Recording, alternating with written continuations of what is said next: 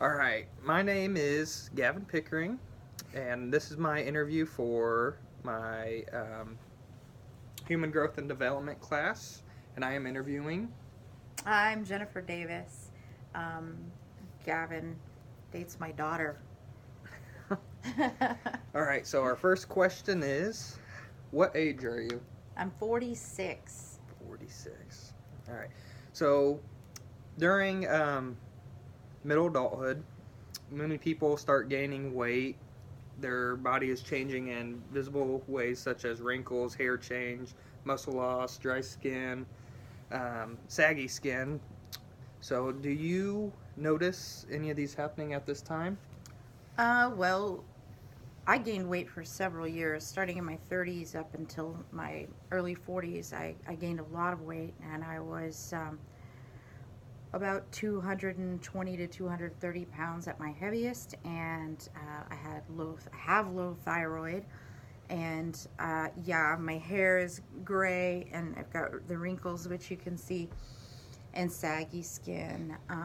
Definitely have all of those things. I wear glasses, and my vision seems to be getting worse every year that I go back and get a checkup. It's like it's getting worse. I wear bifocals. So, yeah, I notice a lot of those changes, especially feeling more fatigued, um, not being able to recover from injury as fast as I used to. So there are a lot of things that come with age that I people would tell me that was going to happen, and oh, when you turn 40 you're going to have to go to the bathroom 2 times a night, and I didn't believe any of it, and much of it is just true. It's Yeah. just nature. Right. There's a lot of hereditary problems that go throughout families, such as like heart disease, and a lot of these happen from like abnormal heart rhythms. You can get bluish tint, dizziness or fainting. Cancer, it is some of the signs and symptoms to look for are abnormal lumps, chest pains, difficulty swallowing, unexpected weight loss, changes in warts or moles. Hypertension could be headaches, confusion, dizziness, vision problems, chest pain, difficulty breathing. Diabetes is more of hunger, frequent urination, feeling fatigue, poor wound healing. Um, have you noticed any of these signs or symptoms, or does your family have are known for having any heredity problems? Yeah, we do. We have heart problems in my family. We have diabetes in my family. We don't really have much of a history of cancer that I'm aware of. Um, and so I am pretty familiar. Both my parents have pacemakers. My significant other has a pacemaker. So I am familiar with the signs and the symptoms. Fortunately, I don't have any of those signs or symptoms yet, and hopefully I won't. As long as I stay healthy and do the right things, Yeah. take care of myself, hopefully that won't happen. But a lot of it is genetic, and we don't. It's difficult to predict. Yeah. So without genetic testing, I guess that's an option. But I don't want to know. I'll just take care of myself, and we'll see what happens. Yeah. Um, Next, we're going to talk about some cognitive diseases. Alzheimer's is one of the most common. It's known for confusion, poor motor coordination, memory loss is a big sign and symptom from it. Impairing judgment. These are all signs. And in this stage of life is when they mostly come out and are more noticeable, I guess, especially with the memory. Have you noticed any cognitive or intellectual decline in how you make decisions or remember things? Well, I've gone through a lot of life changes that have, my memory was affected by, and I do notice now that, like, if I have more than two things when I go to the grocery store, it's a list. Three things is now a list. But I don't think that I exude any symptoms or signs of Alzheimer's or dementia. However, it does run on both sides of my family. My mom's mom and my dad's father both had either Alzheimer's or dementia. I don't know which, to be honest with you. So it's it's definitely something that's staring at me from both directions. But at this point, but I'll say too that they both, they neither one of them really showed any symptoms until much later in life. I mean, I really don't remember them being maybe in their 70s and yeah, it was probably in their 70s when they started to show obvious symptoms. But I haven't noticed anything with myself yet. So, knock on wood. Yeah. Yeah. All right. Have you had any relationships change since entering this stage of life, such as spouses, significant others, parents, children? I know divorce is something that is more common in today's world. I think it's about 60% of marriages end in divorce. Also, in this age, children start moving out. They starting their own life, and you kind of move on as well. So, Yeah. have you how have your relationships changed with others since entering this stage of life? Well, I did go through a divorce in 2015, and I have entered a new relationship that is a very good, healthy relationship, and my kids are both grown and out of the house, and that is a difficult transition to make when you're used to having people rely on you, and you rely on them for company, honestly. And then suddenly they're gone, and you're left wondering, now what do I do with my life? But I've been really fortunate that both of my children live nearby, and I get to see them frequently, and that's a really good thing. But relationships definitely do change as we get older, and I think as we change our perspective as we get older in life, it changes the way we see people. So I'm more patient than I used to be, probably. I hope so. And relationships are easier because my expectations are different than they used to be, and I value relationships. So yeah, that's interesting. Career at this time. Many people at this age start looking for a steady job and start planning retiring. This is something most people, they kind of have their dream job they want to do, and when you're getting to this age, it's kind of dwindling down on the time. So are you comfortable and content at your career you have now? Well, that's funny you should ask. So I worked for a company for almost 20 years, and I left there voluntarily because I was just burned out.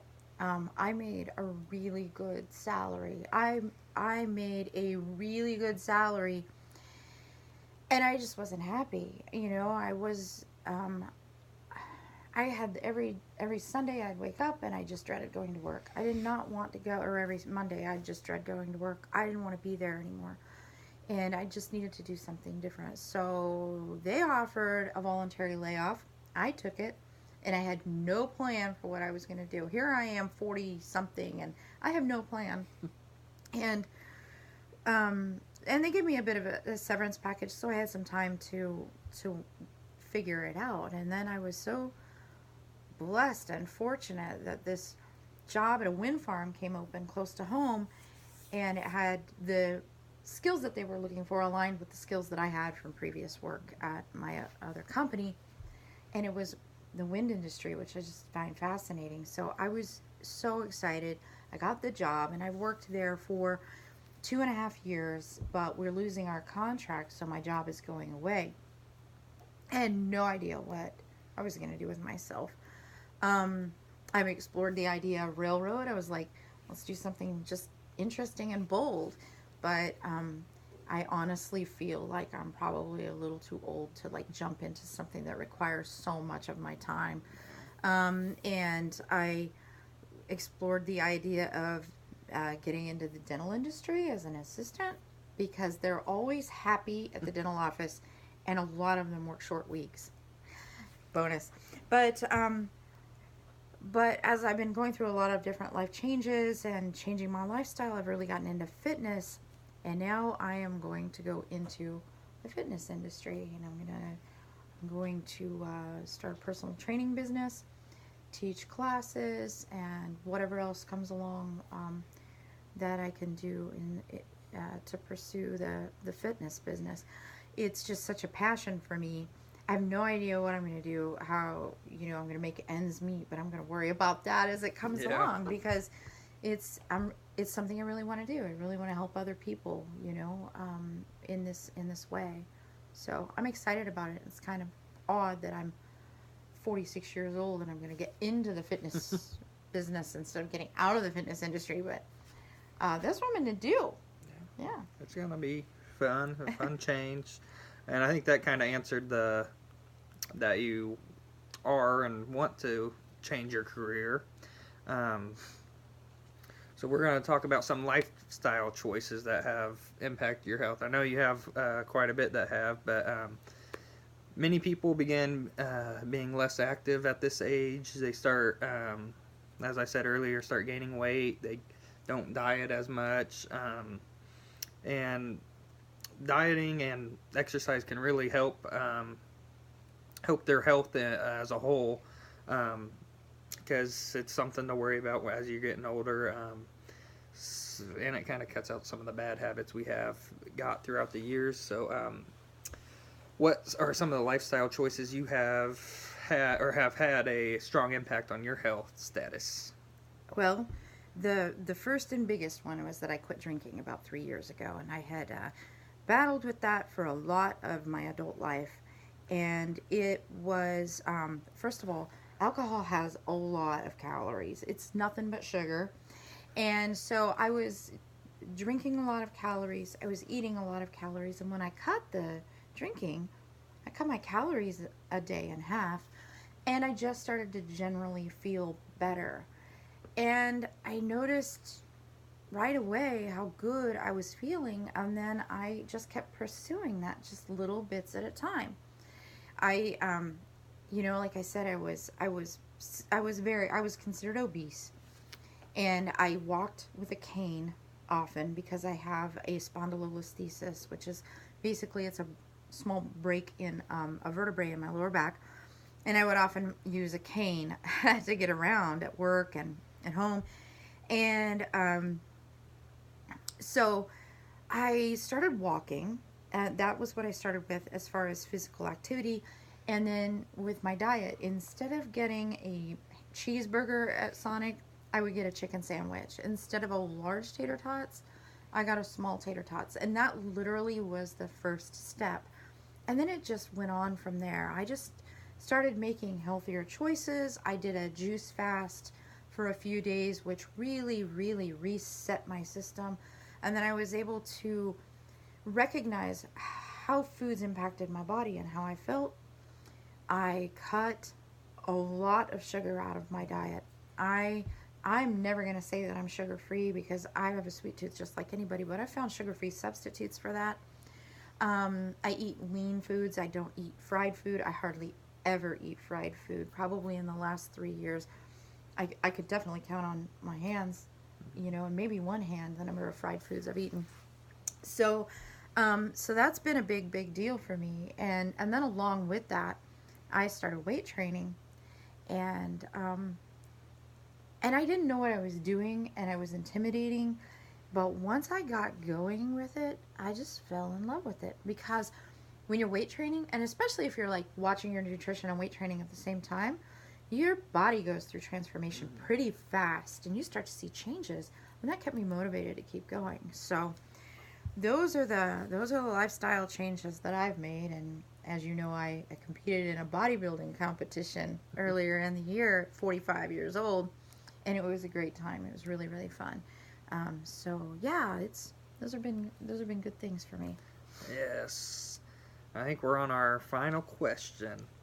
So we're going to talk about midlife crisis. Many people actually experience a midlife crisis throughout their life.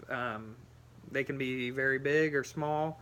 Some of the common things experienced are buying things you've always wanted or dreamed, such as cars. Could be just something like that, a big sports car or trucks, whatever. Um, Obsession in appearances, getting all dressed up and doing that. Leaving spouses, changing careers, changing eating habits, sleeping habits.